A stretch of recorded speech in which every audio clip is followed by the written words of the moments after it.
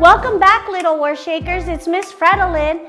I'm so excited to have you here because guess what? This month we're all talking about initiative.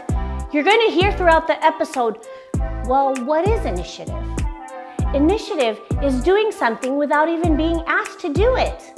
Imagine if we picked up the dishes before our parents asked us to. What if we cleaned our room before our mom asks us to?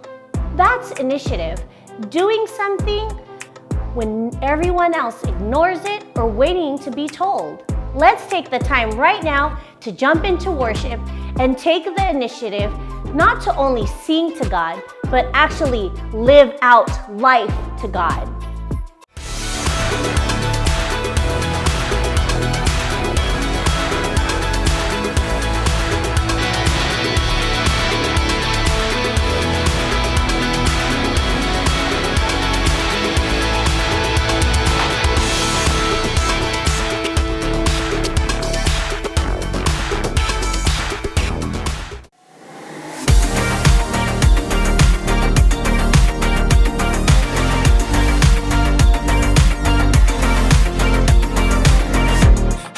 Got to see what you see. You are doing a great work in me. I've decided I can't stand still. No, you have given me purpose. All my heart is yours. All my life is yours. I will make a move for you, for you. All my heart is yours. All my life is yours. I will make a move for you. Make a move for you. Make a move, make a move.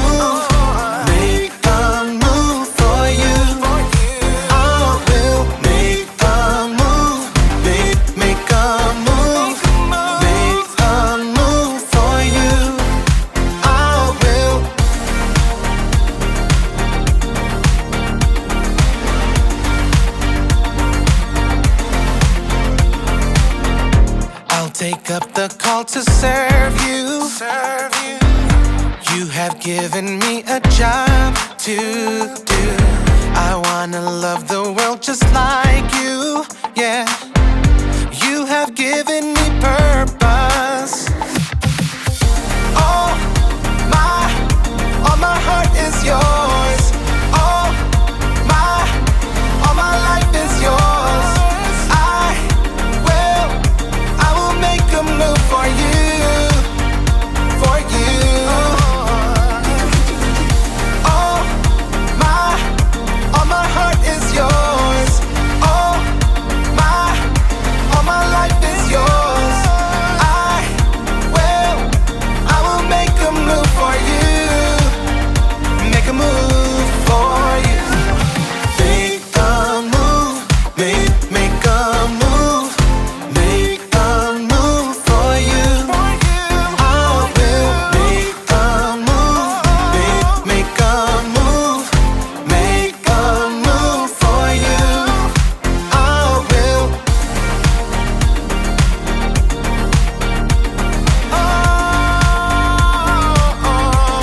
Make a move.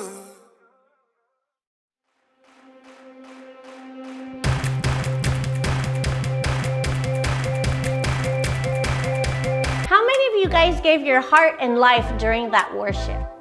I want all you Little War Shakers to make a move and to take initiative when many people may ignore. Sometimes in our daily lives, we'll see trash on the floor, or you'll even see a neighbor, an elderly neighbor in fact, rolling in their trash can bin.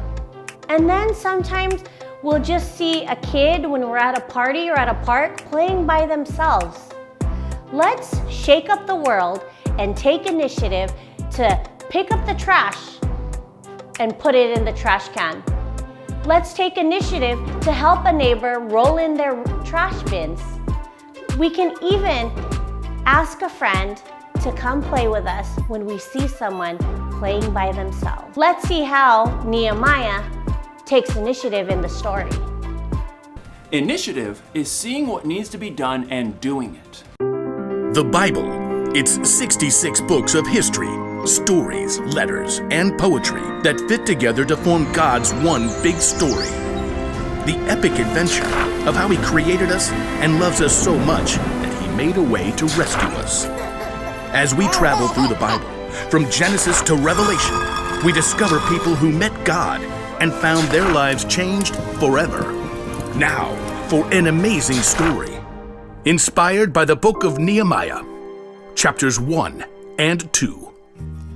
Over and over, the Israelites promised to be faithful to God. But over and over again, they turned away from Him. At last, God allowed enemy armies to take His people captive and carry them off to Babylon, nearly 1,000 miles away. After 70 years, God allowed some of His people to return to Jerusalem and rebuild the temple. But back in Babylon, now part of Persia, the rest of the Jews had made lives for themselves. In fact, a Jew named Nehemiah had become quite important. Greetings. I am cupbearer to the king. A cupbearer was like a bodyguard who checked to make sure that no one poisoned the king's food or drink. Nehemiah was likely a trusted advisor. Your Majesty, may I suggest the date pudding? But though it was nearly 150 years since the Israelites had left Jerusalem, Nehemiah's heart was still in his homeland. When his brother Hanani returned from his trip to Judah, Nehemiah had a chance for some news. Brother, how are the people left in Jerusalem? Some are still alive, but they're having a hard time. Oh no. The wall of Jerusalem is broken down. The gates have been burned with fire. People are ashamed. That's terrible. A city without walls could never prosper. The people would always live in fear of being attacked. I'm sorry to bring such bad news. No, I'm glad you told me. Dismayed, Nehemiah sat down and wept. He couldn't even eat for several days. Instead, he poured his heart out to God. Lord, you are a great and wonderful God. See how your people are suffering. Please listen to me. I'm praying for the people of Israel. We Israelites have committed sins against you. We haven't obeyed the commands you gave to Moses. Nehemiah reminded God of the promise He made to His people. You said, "If you people are not faithful, I will scatter you among the nations. But if you return to me, I will bring you back." Lord, please pay careful attention to my prayer. Give me success when I bring my request to King Artaxerxes. For 4 whole months, Nehemiah prayed daily to God. He knew before taking action, he needed to listen and prepare. At last, he was ready. Your Majesty, Anyone who came before the king was supposed to appear happy. But for the first time, Nehemiah allowed his true feelings to show. Oh, why are you looking so sad? may you live forever? Why shouldn't I look sad? The city of my people has been destroyed, and fire has burned up its gates. The king could have been annoyed and ordered Nehemiah to be punished. But God moved his heart. Well, what do you want? Nehemiah prayed silently for the right words.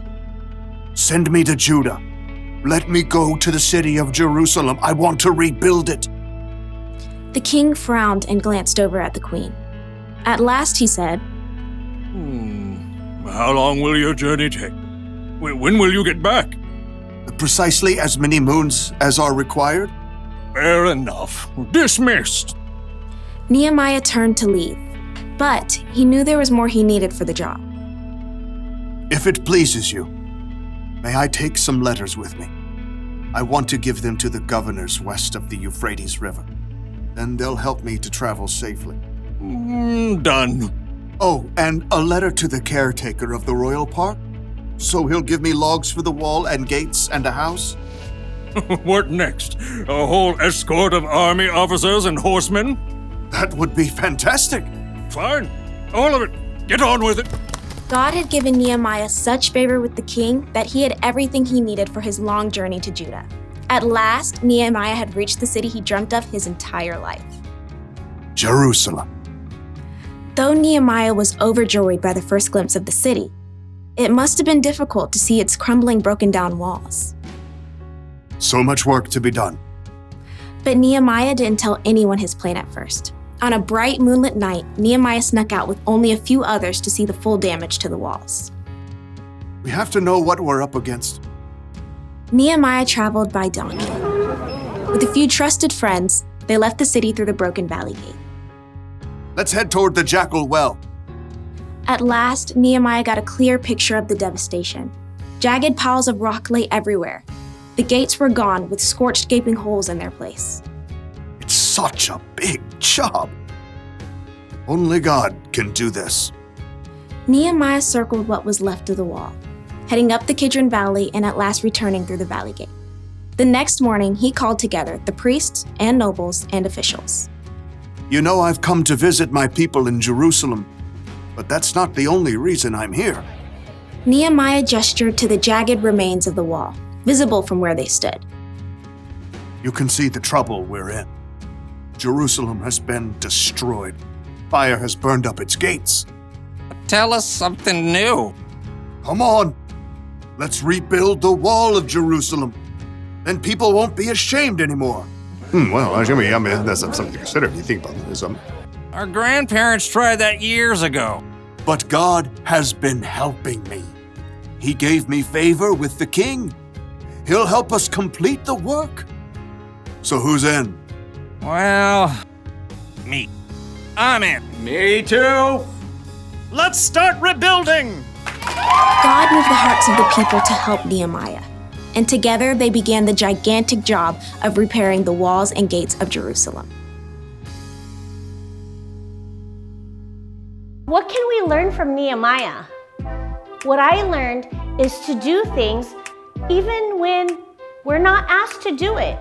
A lot of us might think it's not our responsibility to pick up our sister's toys.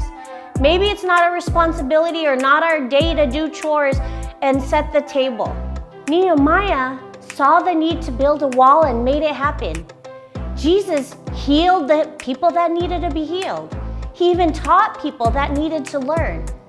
Yeah, initiative is tough, but everyone reaps the benefits when you take initiative. Monthly verse: work at everything you do with all your heart.